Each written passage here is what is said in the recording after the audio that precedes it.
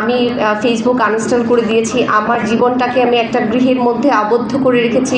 আমি বাসা থেকে বের হই না প্রায় 10-15 দিন যাবৎ। আমি নিজেকে একটা রুমের মধ্যে তালাবদ্ধ করে রেখেছি। কাদের জন্য জানেন? আপনাদের জন্য। আমি আমার হাজব্যান্ডের সাথে ব্যক্তিগতভাবে বিকিনি পরে নিজের জীবনটাকে উদযাপন করতে চেয়েছি। আমি যদি বৃষ্টি নিয়েও কথা লিখি, সেখানেও একটা ভুল আছে। নারীর কাছ থেকে যে এই যে ভুল আপনারা বুঝতে চান যে নারী মানেই হচ্ছে ভুল, সেই জায়গা থেকে প্লিজ বেরিয়ে আসুন। আর সরকার বা যারা হচ্ছে পদপ্রার্থী সিটে বসে আছেন, আমি তাদেরকে বলবো, এবং আপনাদের যে গণমাধ্যম, আমি আপনাদেরকেও বলবো, প্লিজ নারীদেরকে বাঁচতে দিন, দম নিতে দিন, নিঃশ্বাস নিতে দিন। নারী মানেই ভুল না। আপনাদের অনেক কিছু করার আছে, সেই কাজগুলো করুন। গণমাধ্যম বা সোশ্যাল মিডিয়া, অনলাইন প্ল্যাটফর্ম আদালত নয় যেখানে একটা নারীকে তার ক্যারেক্টার নিয়ে অ্যাসাসিনেশন করা হবে, তাকে ডিজিটাল লিঞ্চিংয়ের শিকার হতে হবে। যদি কারো কোনো অপরাধ থাকে বা কারো যদি কোনো অভিযোগ থাকে, আপনারা আদালতে যান। আপনাদের কাছে যদি যথার্থ প্রমাণ থাকে, সেটা আদালতে সাবমিট করুন।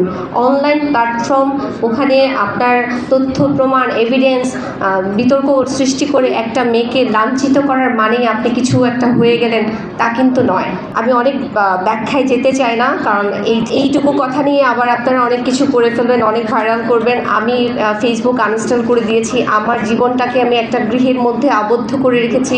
আমি বাসা থেকে বের হই না প্রায় 10-15 দিন যাবৎ। আমি নিজেকে একটা রুমের মধ্যে তালাবদ্ধ করে রেখেছি। কাদের জন্য জানেন? আপনাদের জন্য।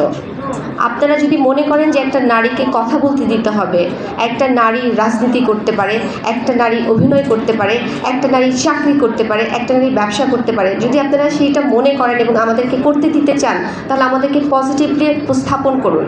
আমরা যদি খারাপ কিছু করে থাকি, নেগেটিভ কোনো কিছু করে থাকি, সেটার জন্য বিচার ব্যবস্থা আছে, শুধুমাত্র অনলাইন প্ল্যাটফর্ম নয়। আপনারা জানেনই না কি পরিমাণ হেনস্থার শিকার হলে একটি নারী শুধুমাত্র অনলাইনে হেনস্থার শিকার হলে সে সুইসাইড করতে যায়। আমি সুইসাইড করতে গিয়েছি, আমি ছাদের কার্নিশে দাঁড়িয়ে থেকেছি। আমি আমার বাচ্চাদের কথা মনে পড়ে আমার বাচ্চাদেরকে ভিজুয়াল করে আমি ছাদ থেকে লাফ দিইনি। আমাকে এই পর্যায়ে যেতে হয়েছে আপনাদের জন্য। আমি শুধু এই কাতারে একা নই, আমার মতো অসংখ্য নারীরা আছেন। আমি না হয় আজকে মালদ্বীপে আমি আমার হাজব্যান্ডের সাথে ব্যক্তিগতভাবে বিকিনি পরে নিজের জীবনটাকে উদযাপন করতে চেয়েছি। সেই ছবিগুলো নিয়ে আপনারা যা কিছু করছেন, যা বলছেন, সেটা আমি ডিজার্ভ করি না। আমি কি মনে করেছি যে এই সোসাইটিতে এই ছবিটি দেয়া যায়? যদি আমি মনে করতাম, তাহলে আমি আমার ওয়াল থেকে পোস্ট করতাম।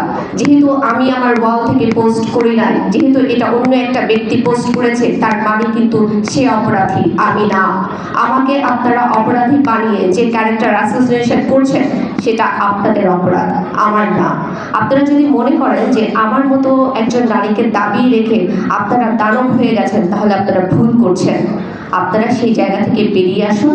আজকে আমি যেখানে দাঁড়িয়ে আছি, আপনারা ভুলে যাবেন না, আপনার পরিবারে যারা আছে, যে নারীরা আছে, তারা সেই জায়গায় আসতে পারবে, তারাও কিন্তু সেখানে পৌঁছে যেতে পারবে। আমি আজকে সুইসাইডের জায়গা থেকে নিজেকে সরিয়ে এনেছি।